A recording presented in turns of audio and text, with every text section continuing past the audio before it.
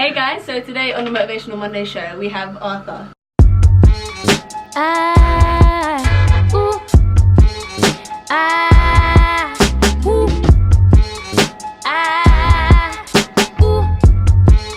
Yeah.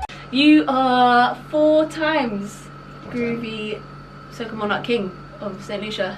Yeah, I am.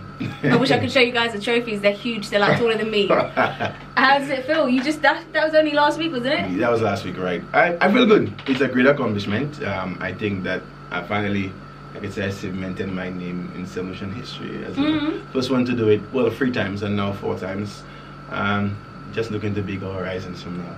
Well, what song did you win with this year? This song, it was Over and Over. That was Over and Over. Yeah. 4 times. That's never happened before. Never. Not in the groovy, not in the power either. But it's a great vibe, you know. I wasn't actually going to compete this year. Really? How come? You didn't want to lose that title, or? It wasn't about me losing the title, but it was more about me taking an opportunity to step back and help younger artists come through the game and focus more on me getting out there regionally and internationally. Okay. So I decided this year, you know, let me take a break, and I wrote for other artists and with the hopes of them too coming through to the finals. But then in the end, you know, the supporters really wanted me in, so I had to make it. You had to give the fans what they needed. You don't only do that, you're part of a band as well? Right. I'm from the band Evolution, EVALUCIAN. You know, we St Lucians, and it's an evolution of sound really, because we came from a previous band, Matrix band. Okay. And we wanted to do a rebrand and really do something different that would really captivate St Lucia by storm. So then that came through, and from there after Evolution and Mindset, the one 2013 I came a bit more prominent in St Lucia, because I came a first runner up in the Groovy Monarch, and people started to realize, hey, who's that guy? And although I'd been around for about 6 years, but they were just starting to take notice. So then Evolution came about, and we've been doing our things. You know, we're one of the more popular bands on Ireland, and we've been performing on some of the major shows and throughout the carnival season, as well as jazz season, wherever. We're versatile. We do the hotel scene as well. So yeah, you're just everywhere. Yeah, pretty much. How long have you been in this music industry now? Professionally for about 10 years. Yeah. Wow, but that's a long time. It started way before that, at home in my little homemade studio, a computer mic, something in the background, recording over it. Yeah. Yeah, I mean, it was back then. I never really had, you know, the funds to really put in the top studio recordings. It was just me and my buddy Chris. We used to produce our own beats because we couldn't get any professional beats from any top producers. You know, do our thing. Yeah. Record, put out there. At that time, you thought like, wow, that sounds good. Yeah. Listening back now, I'm like, what the hell? Well, do you still have those? I don't want to have them. That means you have them, but you just don't want to share them. It's not on that computer for sure. I probably have it. If MySpace is still up, then it's probably MySpace? Wow, that's a long time ago. Yeah, it was on MySpace and High Five, you know. Yeah. But so you've always had the love for music, or? Yeah, pretty much. I really got into it with one of my school teachers, music teachers. He kind of got me into the mood to produce, write through little exercises. I realized that I had a knack for it, and eventually I just started writing more songs. Yeah. And then doing school shows. From thereafter, it was just when I left secondary school, the band Matrix, they didn't know the vocalist because the vocalist had left out, and although I was very amateur, inexperienced, it took the shot of me, and then it was a struggle coming up. I remember my first show, going on stage in the city, asking it, raise your hand, and nobody raising their hands, but everybody watching me like, who's me? And looking at me like, who's that scrawny little guy on stage? I mean, that night I went on stage and no response, nothing. Everybody was just not feeling my vibe. And I remember Ricky T came on stage and he took my rag and he was like, yo, let me tell you how to make a card get on bad. And he did, hey, the whole crowd just raised their hand, and I was like, okay.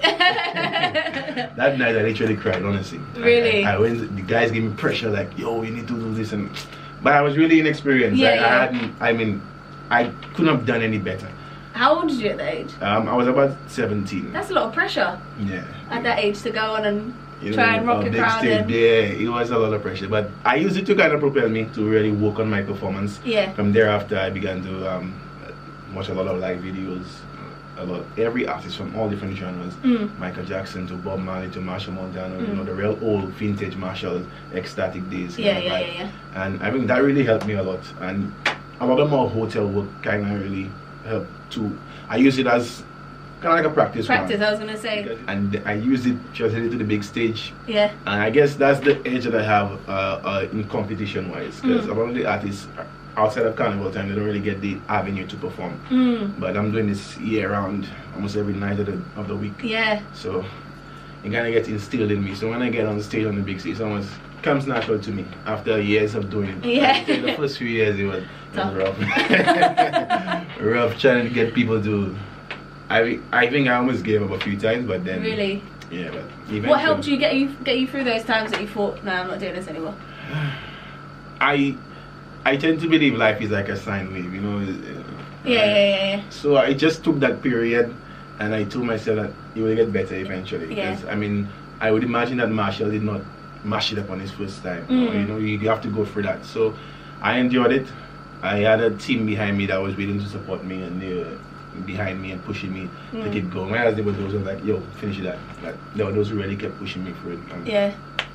Here I am today, and we would have thought I would be a full-time monarch. Yeah, because you said off camera a little bit earlier that you wanted to get more recognition around the islands as well. Right. That's it's starting to come. Yeah. But I'm starting to network a lot more, linking with more artists, promoters, DJs from other islands to really get my music out there and heard. I know some of it is I've already made it to some of the big mixtapes out there for Miami Carnival. Yeah. I'm looking for better. What would you say has been one of your most memorable moments? I think it would have to be the first time that I actually won the Monarch. Yeah, that was really a big thing for me. Yeah. To finally, I was like, yeah. I remember getting up stage and just dropping on my knees, like, yeah, you're getting somewhere, bro. That must have felt quite phenomenal. Yeah, it did. It really did. Because I'm a musician first. Yeah. So I teach music as well. Okay. Yeah. I've been a teacher for about 8 years. Wow. Yeah. Who do you teach, like? Well, now I do elementary school. 4 times. You've been crowned 4 times. You're now giving on to the next generation, which is a beautiful thing. And that's what I want to do really. Next year I'm hoping to probably do like workshops to really help the other artists who face the same dilemma that I faced 5 years ago before I could have gotten that vibe. So, yeah. Because one of the questions I usually ask is if there's a young person that wants to get involved in like making music or becoming a musician, how would they do it? And it seems like you already... Yeah, I've already started actually. I'm from Soufrière. I saw you've been there, right? Yes. Yes, so I am actually working on a project right now where it's working with 5 different artists to put together professional studio recordings. And I have the avenue now that I can help and reach out to them. I've already started with, I've released 2 of the singles already. Yeah. And we're looking to create a full project and, you know, make it into an album or something too. Have you faced any other challenges along the way?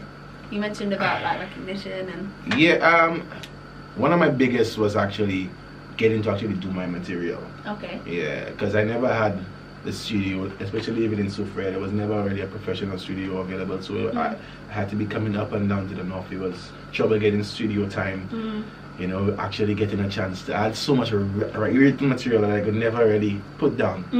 So I mean, over the years, I just decided to work my way up. I use my teaching and whatever money that I would make and save up, and bit by bit I would have to buy equipment until so you got yourself, I got my, you know, something good enough that I can record professional stuff. We like to leave the viewers with like a little quote that they can live by for the week. Do you have anything like motivational or any like quotes you live by? I have a few that I live by. One I like to let artists know is that respect is not owed, it has to be earned. So I don't expect people to just openly support me and give me the love that I want. I have to work towards it and be dedicated at what I do till I earn their respect. And that's one thing I'm working towards doing. And the respect of the masses throughout, not just St Lucia. I'm happy that I have it here, but further afield. Yeah. Oh, another one that I like to use is that they say that after joy comes sorrow, right? But that can only mean that after sorrow comes joy. So when things go rough and things don't seem to be going your way, just stay focused, stay positive, remain humble and stay positive, and it will come better. It will come better. I like that. Thank you very much. Before we sign off, Soca Monarch next year, or is that you're not sure? And most likely in St Lucia it's going to become one competition like Trinidad has done. I foresee it happening, especially with the way Power Soca has taken a big decline. So I may have been the last Groovy Monarch from St Lucia, so now mean I'm undefeated. Fingers crossed. If that happens, but I'm not too sure if I really want to do the soca. I probably want to try international Soca Monarch. Okay. I had supposed to have an automatic entry into the semi-finals, yeah, but I've never really taken on the challenge because I didn't think that I was ready or the song was ready. Okay. So I really want to do it right, take the pathway through Miami, go to Toronto, you know, Labor Day until I get to Trinidad. Yeah. So I'm hoping that this year's together I can do that and make an impact and not just go there and just to say I'm in the semi-finals. Yeah. Anyway, let's see. Pushing forward. I'm gonna make sure I link all of your social media down below. Hopefully you guys found that useful, and make sure you go and listen to his stuff, his killer tracks for this year that he's already won Soca Monarch for Groovy. Thank you for letting me do this.